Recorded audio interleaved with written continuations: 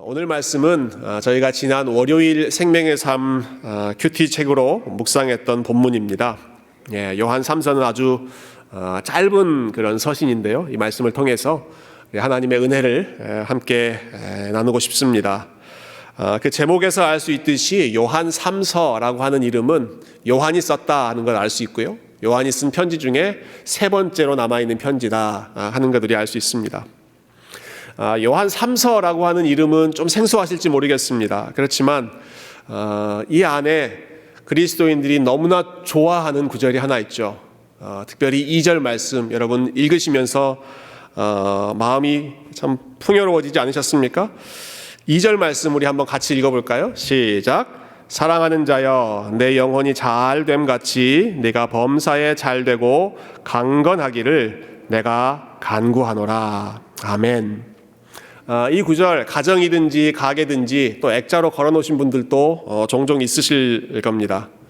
저희가 지난주에 봤던 요한 1서 말씀은요, 교회에 보낸 편지입니다. 이 요한 3서는 한 사람 개인에게 보낸 편지입니다. 근데 요한이 무척 아끼고 사랑하던 사람에게 쓴 편지입니다. 1절에 보시면 장로인 나는 사랑하는 가이오, 이 가이오라는 사람이 이제 편지를 받는 사람인데요. 사랑하는 가이오 곧 내가 참으로 사랑하는 자에게 편지하노라.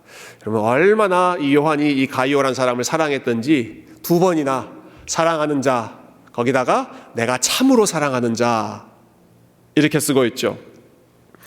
이것만이 아닙니다. 2절에서도 사랑하는 자요, 5절에서도 사랑하는 자요, 또 11절에서도 사랑하는 자요. 마지막에 편지를 마무리하면서도 내가 지금 편지 쓰는데 편지로는 양이 안 찬다. 직접 대면해서 너를 좀 만나고 싶다. 이렇게 애정이 가득 뚝뚝 떨어지는 이 편지가 요한 3서입니다. 그만큼 사랑하고 그만큼 애정을 가지는 사람이었기 때문에 우리가 방금 읽었던 2절 말씀처럼 성경에서 가장 아름다운 축복의 인사를 이 가이오에게 쏟아붓고 있는 것입니다. 사랑하는 자여 너의 영혼이 잘됨 같이 범사에 잘되고 강건하기를 원하노라. 종종 이 구절은 기복주의를 조장한다는 이유로 비판의 대상이 되기도 했습니다.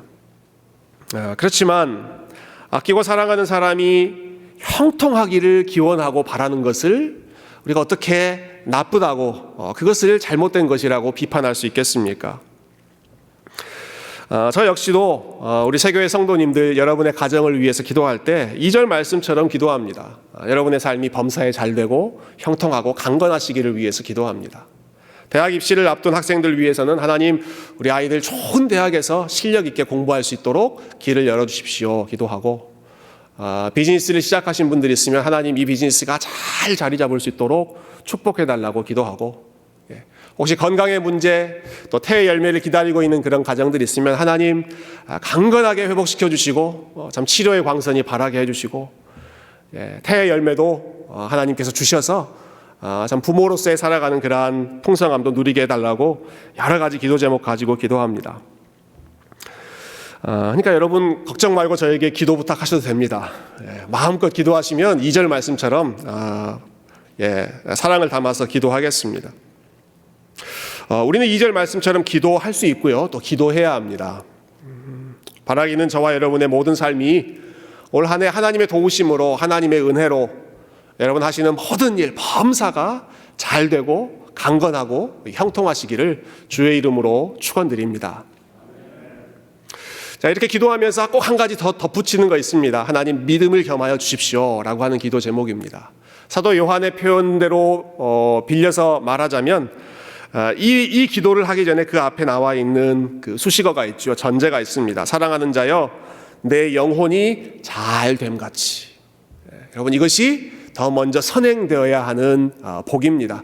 내 영혼이 잘 돼야, 영혼이 건강해야 하나님께서 우리에게 주시는 여러 가지 물질의 복이든 건강의 복이든 자녀의 복이든 그러한 것들이 진짜 복으로 우리가 누릴 수가 있습니다.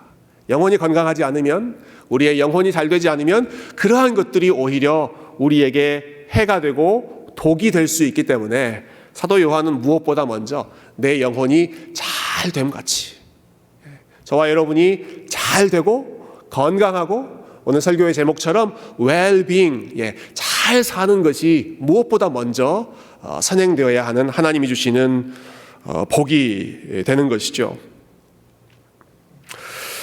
그렇다면 영혼이 잘 된다는 것은 무엇일까? 영혼이 웰빙이 된다는 것은 무엇일까?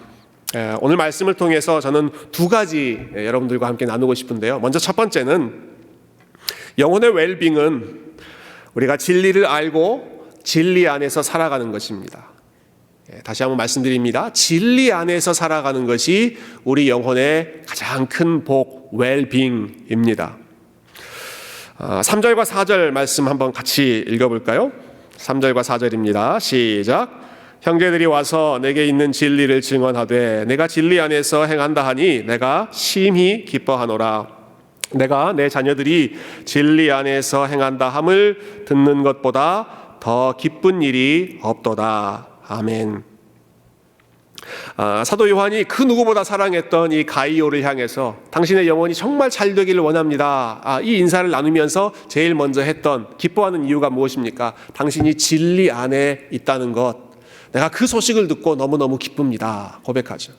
이것보다 나를 더 기쁘게 하는 것이 없다는 것입니다. 당신이 진리 안에 있는 것보다 이것이 당신의 영혼이 웰빙 하는 것이다.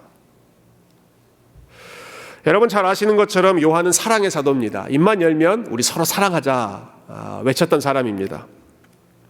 그런데 요한이 가르쳤던 사랑, 그 사랑은 모든 것을 용인하고 모든 것을 그냥 무조건적으로 다 받아들이는 말랑말랑한 그런 사랑이 아닙니다. 모든 것을 오래 참고 모든 것을 온유하고 인내하는 것 사랑의 중요한 특징이지만 사랑의 또 다른 측면은 불의를 기뻐하지 않고 진리와 함께 기뻐하는 것이 진정한 사랑입니다. 그래서 요한은 우리가 진리 안에서 행하며 그 안에서 서로 사랑하자 말하는 것이죠. 진리 안에 서 있다는 것이 그만큼 중요한 것입니다.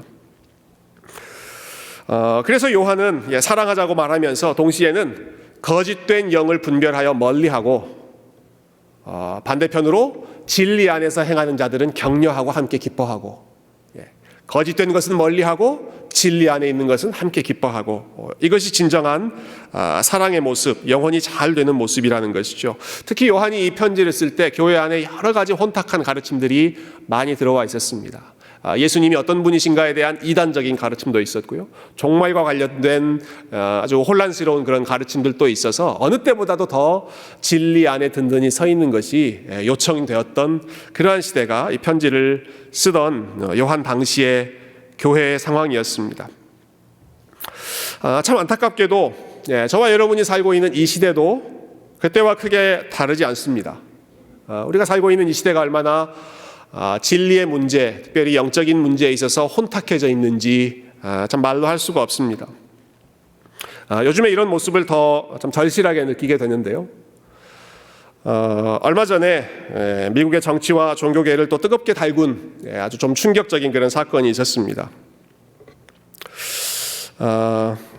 이미 우리 강윤호 장로님께서 기도하면서 살짝 언급하셨던 제가 원고를 보여드리지도 않았는데 마음이 같이 통했는지 아니면 같이 이제 고민하고 있는 문제이기 때문에 그렇죠. 여러분 1월 3일에 미국의 하원 의회가 개회했습니다. 2년 임기의 하원 의회가 개회했는데요. 전체 회의를 시작하기 전에 기도하는 순서가 먼저 있었습니다. 그래서 참 미국이 그래도 아직 경건한 나라구나. 국회 시작하기 전에 기도하는 나라니까요. 참 거기까지는 좋은데 그 기도를 인도하시던 분이 현직 하원 의원이시고 그리고 한 교단에서 40년 이상 목회를 하셨던 이메뉴얼 클리버라고 하는 분이 기도를 하셨습니다. 이분이 여러 가지 내용을 기도한 후에 성경의 말씀, 민수기 말씀도 인용해서 이제 기도하고 하셨는데 이 마지막을 이렇게 마무리하셨어요. 제가 그 부분을 좀 번역해봤습니다. 마지막 기도 내용입니다. 유일신 하나님, 브라마, 그리고 여러 다른 신앙에 의해 많은 이름들로 알려진 신의 이름으로 기도합니다. 아멘, 그리고 아우먼. 자, 이게 무슨 말인가? 여러분 마지막 말부터 먼저 한번 해보죠. 생각해보죠. 우리가 기도할 때 아멘이라고 끝내죠. 아멘이라고 하는 말은 그렇게 되기를 원합니다. 우리의 동의를 표현하는 것입니다. 근데 이분이 이렇게 생각한 거예요. 아멘, A 다음에 man, 이거는 남성을 의미하는 것이기 때문에 남자들한테만 너무 치우쳐 있는 거다. 너무 웃기시죠? 이런 반응 저는 참 좋습니다. 이렇게 어이없는 일이 어디 있는가 싶죠. 아멘. 그리고 여자들한테도 평등해야 되니까 woman 이 말을 덧붙이는 거죠. 이 기도가 논란이 됐어요. 그래서 여러 인터뷰들 이제 뉴스 기자들이 막 인터뷰하고 그랬습니다. 그래서 본인이 거기에 대해서 이제 해명하는 글을 발표했는데 그게 참 저는 더 가관이라고 생각합니다. 이렇게 말씀하시더라고요. 나는 거기 모여 있는 여성 하원 의원들에게 존경을 표현하고 싶어서 이 표현을 사용했을 뿐이다. 그러면서 영어로 This is a light-hearted pun, P-U-N, 이 말 장난 언어 유희라고 하죠. 나는 그냥 가벼운 마음으로 재미있게 말 장난했을 뿐이다. 여러분 기도가 무엇인지를 모르는 분입니다. 기도가 장난처럼 하시는 거잖아요. 40년 목회를 하셨고 누구보다도 더 참 똑똑한 지성인이라고 하는 분이 기도가 무엇인지를 모르고 기도가 누구에게 드리는 것인지를 모르고 이렇게 장난스럽게 하는 것인가. 장난인지 진심인지 그거는 하나님만 아시겠지만요. 더 문제가 되는 게 무엇입니까? 그 앞에 있는 내용이죠. 우리가 기도할 때 왜 예수님의 이름으로 기도합니까? 그 이유는 하나님께서 우리의 기도를 받으시는 유일한 통로가 중보자가 예수님 한 분밖에 없으시기 때문입니다. 하나님과 죄인 사이를 이어주실 수 있는 다리 중보자가 예수님 한 분밖에 없으시기 때문입니다. 여러 신들의 이름으로 기도를 마무리합니다. 브라마라고 하는 것은 힌두교의 신이죠. 거기다가 본인이 알지 못하는 여러 신들이 또 있을 것이기 때문에 여러 다른 신앙에 의해 많은 이름들로 알려진 신의 이름으로. 여러분 사도행전 17장에 보면 아테네가 그와 같은 분위기였습니다. 아테네가 여러 신들 이렇게 숭배하면서 혹시 우리가 모르는 빠져 있는 신이 있을지 모르니까 알지 못한 신에게 그렇게까지 표현했을 정도로 정말 모든 신들이 그렇게 문란하게 있었던 것인데 이분이 이렇게 기도하고 있는 것이죠. 미국의 주류 교단의 목사이시고 또 의원이시고 여러 가지 참 지성인이라고 할 수 있는 분이 개인적인 기도도 아니고 여러분 온 세상이 다 주목하고 있는 그 공식적인 기도, 국회 개회 기도를 이렇게 하고 있다. 이것이 현재 미국의 현 주소를 단적으로 보여주고 있는 것이라고 저는 생각합니다. 물론 그 외에 저는 이분이 참 예외적인 그런 경우라고 생각하고 그분이 속해 있는 교단에도 아주 좋은 목사님들 많이 계실 거라고 생각하지만 참 상징적이지 않습니까? 의회 안에서 이런 기도가 나온다라는 것이죠. 적어도 저희 교회 교역자들은 기도가 무엇인지는 압니다. 어떻게 기도해야 되는지, 누구에게 기도해야 되는지. 참 요즘은 참 기본만 잘해도 중간은 갈 수 있구나 하는 그런 분위기여서 다른 걸 하지 말고 기본만 잘하면 되겠다. 한편으로는 그런 생각도 듭니다. 사실 혼란스럽기는요. 미국만이 아니라 한국 역시도 굉장히 마찬가지인데요. 여러분 한국 뉴스 지난 한 주 동안에는 또 한 선교 단체 때문에 무척 시끄러웠습니다. 그 단체 아주 많은 선교사들을 파송했던 단체의 대표가 이런 말을 했다는 사실 뉴스를 통해서 여러분 많이 들으셨을 것입니다. 코로나 백신을 맞으면 DNA가 조작되어서 우리가 노예가 되고 특히 빌 게이츠의 조종을 받는 노예가 될 수 있다. 갑자기 왜 빌 게이츠가 나왔는지 의문의 일패인 것 같아요. 빌 게이츠. 여러분 빌 게이츠의 조종을 안 받으려면 백신을 안 맞는 게 아니라 컴퓨터를 아예 안 써야 됩니다. 우리가 MS, 윈도우 프로그램 이거 다 빌 게이츠가 만든 거거든요. 비슷한 맥락에서 이런 유튜브도 제가 봤습니다. 코로나 백신을 맞으면 요한계시록에 나오는 666 짐승의 숫자를 받아서 사단의 종이 된다. 저는 과학자가 아니고 저는 의사가 아니기 때문에 지금 판매되고 있는 코로나 백신의 의학적인 효과가 어떤지 과학적인 효과가 어떤지 모릅니다. 거기에 대해서는 장담할 수 없습니다. 그렇지만 그 백신을 맞으면 666에 사로잡히고 마귀의 지배를 받고 사단의 종이 된다. 이것은 전혀 근거가 없는 이야기입니다. 성경적으로 근거가 없는 이야기입니다. 혹시 이런 부분이 마음에 걸리는 그런 분들이 계시다면 걱정하지 마시고 안심하고 코로나 백신을 맞으시기를 주의 이름으로 축원합니다. 아멘 하셔야 돼요. 이런 것도. 뭐 이런 이야기까지 해야 되나라는 그런 마음도 들지만 사실 이게 작은 문제가 아닙니다. 굉장히 우리를 좀 두렵게 만드는 그런 부분이거든요. 이렇게 사회가 혼란스러우면 이 자주 등장하는 숫자 이게 이제 666입니다. 그래서 예전에는 뭐 바코드가 666이다, 베리칩이 666이다, 이제는 코로나 백신이 666이다, 뭐 이렇게 여러 가지 내용들이 나와요. 여러분 666이라고 하는 숫자는 별로 중요한 숫자가 아닙니다. 성경에서 이 숫자가 그렇게 중요했다면 요한계시록 13장에 딱 한 번 나올 리가 없습니다. 하나님께서 이것을 더 잘 알려주시기 위해서 예수님에 대해서 풍성하게 성경 전체가 증언하는 것처럼 이 내용도 많이 하나님께서 분명하게 알려주셨을 거예요. 우리가 성경을 해석할 때는 성경 열심히 읽는 것도 중요한데요. 근데 원리도 중요합니다. 우리가 성경을 해석할 때 클리어한 부분, 분명하게 우리에게 지시해주는 그러한 부분을 기초로 해서 나머지 조금 모호하고 상징적인 부분, 그러한 부분들로 나아가서 해석하는 것이 올바른 성경 해석의 원리입니다. 그런데 이단이나 좀 극단적인 그런 주장을 펼치는 분들은 항상 요한계시록 말씀에만 올인해서 그거 가지고 이제 사람들을 뒤흔들거든요. 여러분 이거에 대해서 뭐 걱정하거나 두려워하실 필요가 그리스도 안에 있는 사람들은 없습니다. 예수님의 다시 오심, 우리가 종말을 준비하며 항상 깨어 있어야 되죠. 그런데 종말을 준비한다, 예수님의 다시 오심을 준비한다는 것은요, 666이 뭘까를 궁금해하거나 그것을 두려워하는 것이 아니라 그 시간에 연약한 교우를 위해서 기도하고 하나님 말씀 읽고 하나님 열심히 예배하고 주님께서 맡겨주신 사람들 열심히 사랑하고 섬기고 직장에서 비즈니스터에서 열심히 성실하게 일하면서 하나님 나라를 일구어 가는 것이 하나님 나라를 준비하고 종말을 준비하고 주님 다시 오심을 준비하는 최고의 방법입니다. 제가 이런 종류의 666 음모론을 싫어하는 이유, 더 심각한 이유가 있습니다. 그것은 사단의 힘을 너무 과대 포장하기 때문에 그렇습니다. 너무 과대 평가하는 것입니다. 마치 사단이 하나님과 비슷한 대등한 레벨의 힘을 가지고 있어서 하나님께 속한 사람들을 이러저러한 방식으로 뒤흔들어서 빼앗고 넘어뜨리게 하고 멸망시키는 그러한 능력이 있는 것처럼 생각하는 그러한 잘못된 프레임을 이러한 주장들이 은근슬쩍 심어놓거든요. 물론 사단은 영적인 세력이기 때문에 우리 인간보다 훨씬 교묘하고 간교한 부분들이 있겠죠. 그러나 그 역시도 하나님의 지배 아래에 있는 존재이지 않습니까?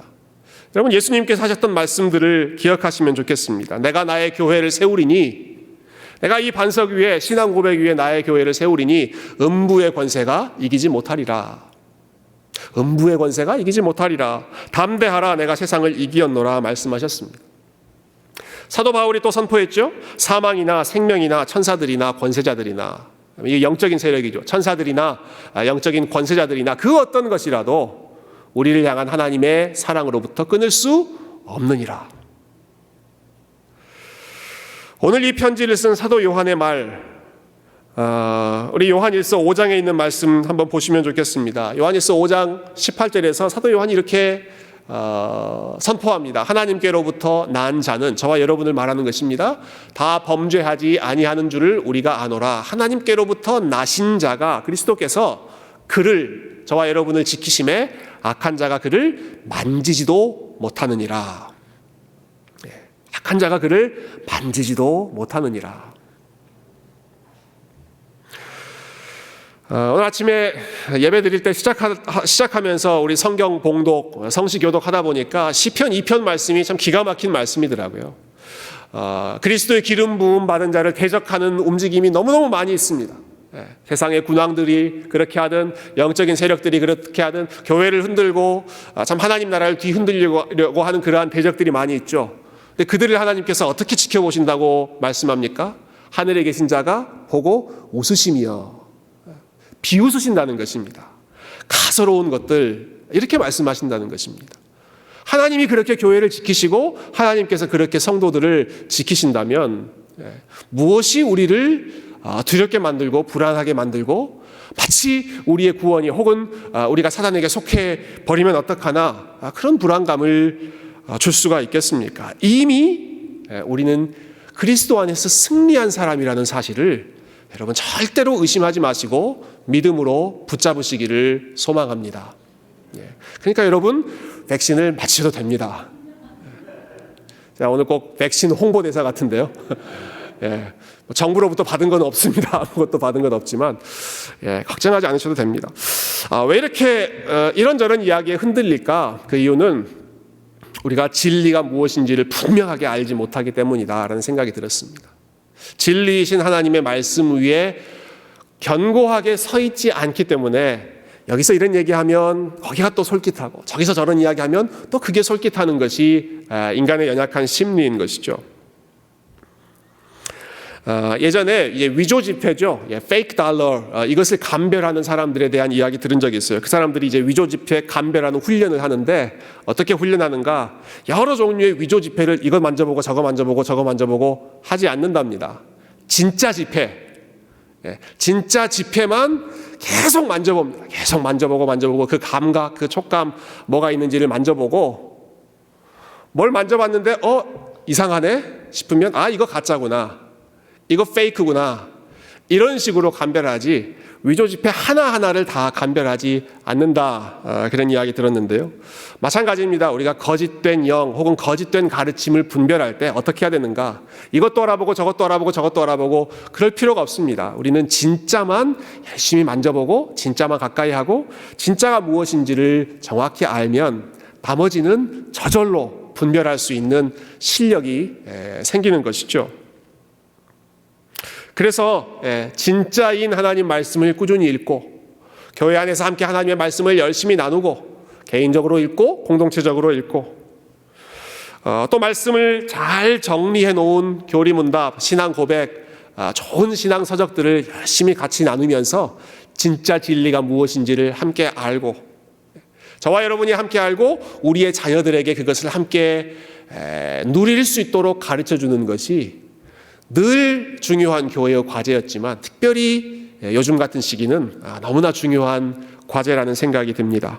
사랑하는 성도 여러분, 우리 진리의 영이신 성령님께서 저와 여러분을 진리의 공동체 안에 묶어주신 것을 무엇보다 먼저 감사하시고 그리고 계속해서 우리가 진리 안에 거하고 그리고 진리의 공동체로서 거짓된 것을 잘 분별하여 하나님의 영광을 드러내는 우리 귀한 새교회가 되기를 주님의 이름으로 축원드립니다.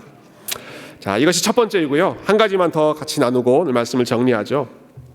이렇게 우리가 진리 안에 서 있는 동시에 함께 해야 할 일이 한 가지 더 있습니다. 영혼의 웰빙을 위해서 해야 될 두 번째 일은 하나님 나라 선교 사역에 열심히 동참하는 것입니다. 제가 운동 경기에 좀 비유해 보고 싶어요. 진리를 지키는 것이 수비라고 한다면, 지키는 것 수비라고 한다면 하나님 나라의 미션에 적극적으로 동참해서 하나님 나라를 확장하도록 애쓰는 것, 이것은 공격입니다. 공격.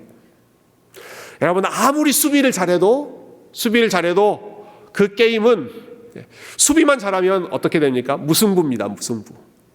네, 수비를 잘하며 공격을 함께 해야지 게임을 이길 수가 있는 것이죠. 진리를 지키면서 그 진리를 증거하는 사역, 하나님 나라가 확장되게 하는 사역에 교회가 힘을 모아서 함께 헌신하는 것, 이것이 우리의 영혼이 잘 되고 그리고 교회가 승리하는 두 번째 비결입니다. 자, 5절 한번 보실까요? 사도 요한이 가이오를 칭찬하는 두 번째 내용인데요. 사랑하는 자여, 네가 무엇이든지 형제 곧 나그네 된 자들에게 행하는 것은 신실한 일이니, 나그네 대접한 거 참 잘했다 칭찬하는 것입니다. 근데 여기서 말하는 나그네들은 그냥 정처 없이 떠돌아다니는 방황하는 그런 방랑객들이 아니라 여러 지역들을 순회하면서 복음을 전하는 선교사들, 전도자들, 그 당시의 사람들이 여기에 해당하는 나그네였습니다. 7절에서 이것을 그렇게 설명하죠. 7절 한번 더 보시죠. 이는 그들이, 즉 나그네 된 자들이 주의 이름을 위하여 나가서 이방인에게 아무것도 받지 아니함이라.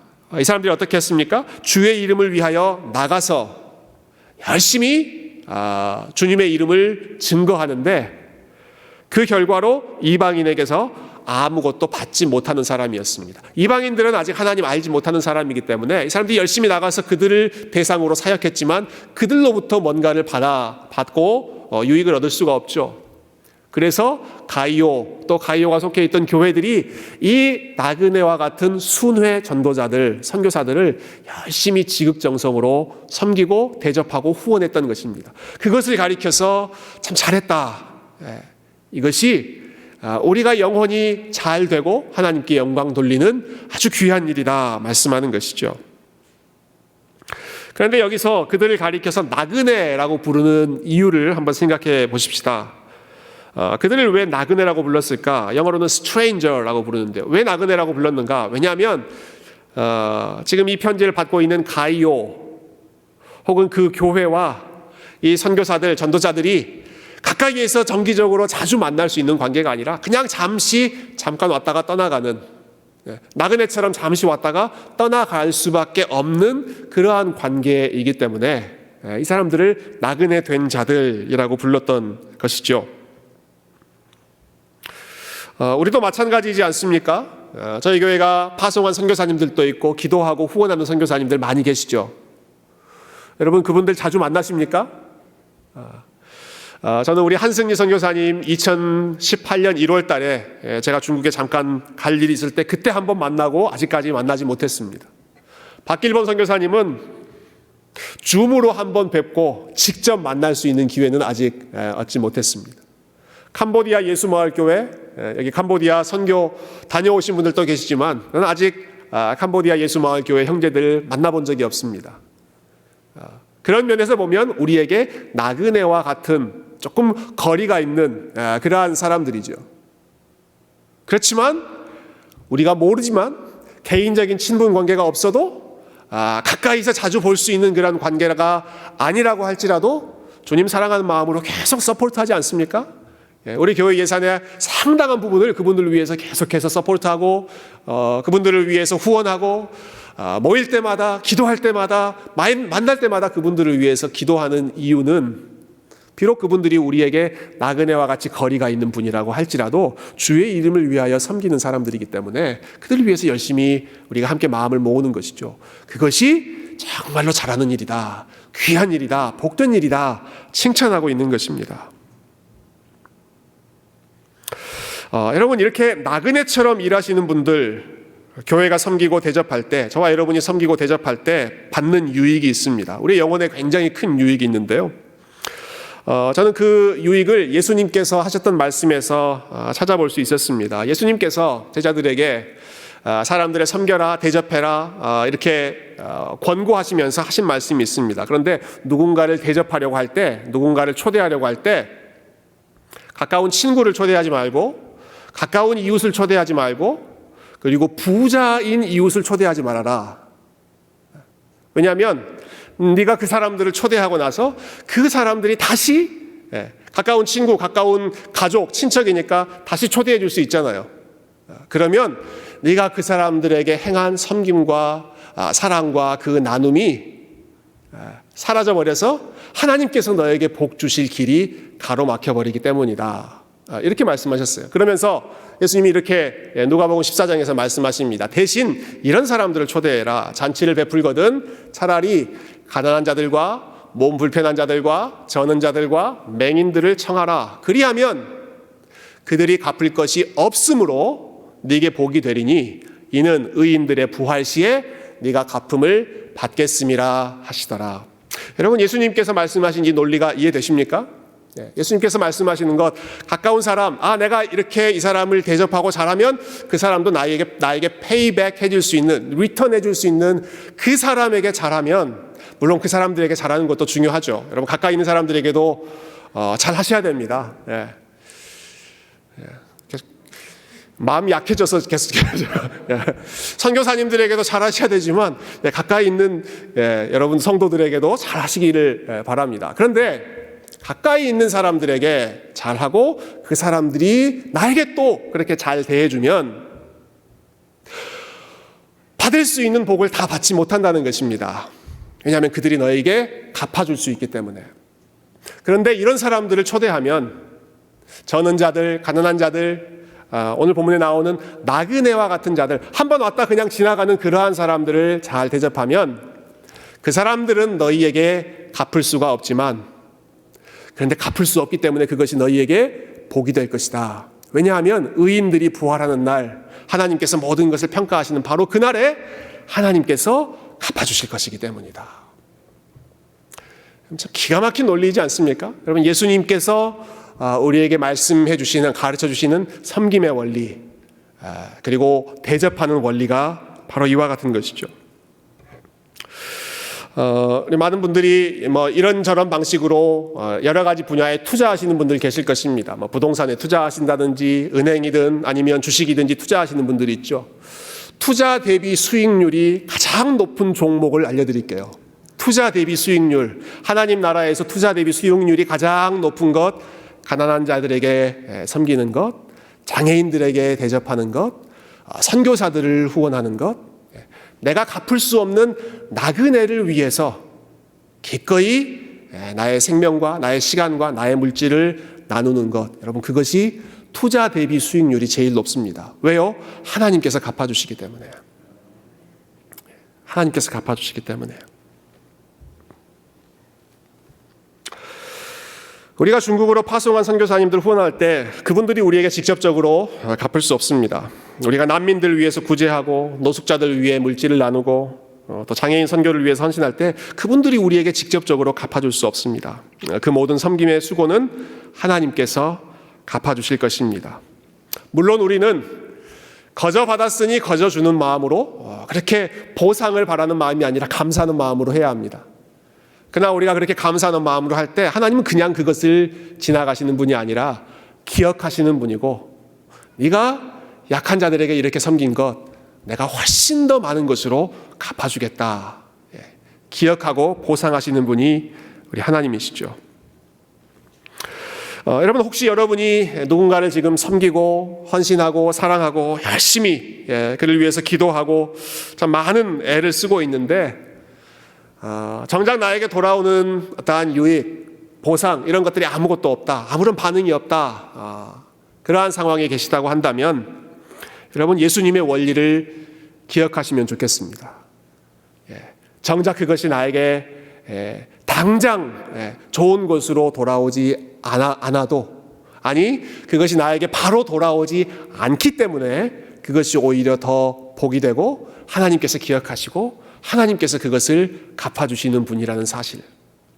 여러분, 예수님께서 참 이와 같은 원리대로 사셨다는 생각이 들어요. 여러분, 예수님께서 이 땅에서 소외된 자들, 병든 자들, 참 가난한 자들 열심히 도와주셨잖아요.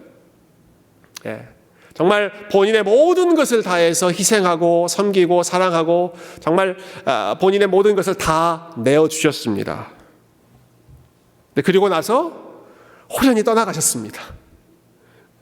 그냥 그 사람들한테 찬양을 받으시고 좋은 대접을 받으시고 그렇게 하신 것이 아니라 있는 것을 다 쏟아보내신 다음에 그리고는 그들과 빠이빠이 호련히 하늘로 올라가셨죠. 그런데 그것이 끝이었습니까? 그렇지 않습니다. 하나님께서 예수 그리스도에게 모든 이름 위에 뛰어난 이름을 주사 하늘에 있는 것과 땅에 있는 것과 땅 아래에 있는 자들 모두가 그분 앞에 무릎 꿇고 경배하게 하셨다.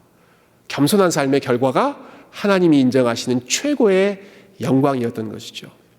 예수님께서 보여주셨던 그 모습, 가르치셨던 그 원리, 저와 여러분, 우리 교회가 함께 따라가는, 그리하여 저와 여러분이 진리 안에 든든히 서 있고 수비 잘하고 그리고 진리 안에 있는 자로서 진리를 풍성하게 나누되 특별히 우리에게 갚아줄 여력이 없는 연약한 자들을 위해서 그들을 사랑하며 섬기며 그들을 위해서 아낌없이 주님께 헌신할 수 있는 그러한 진리의 공동체, 진실된 성도의 삶이 다 되시기를 주님의 이름으로 축원드립니다. 함께 기도하겠습니다.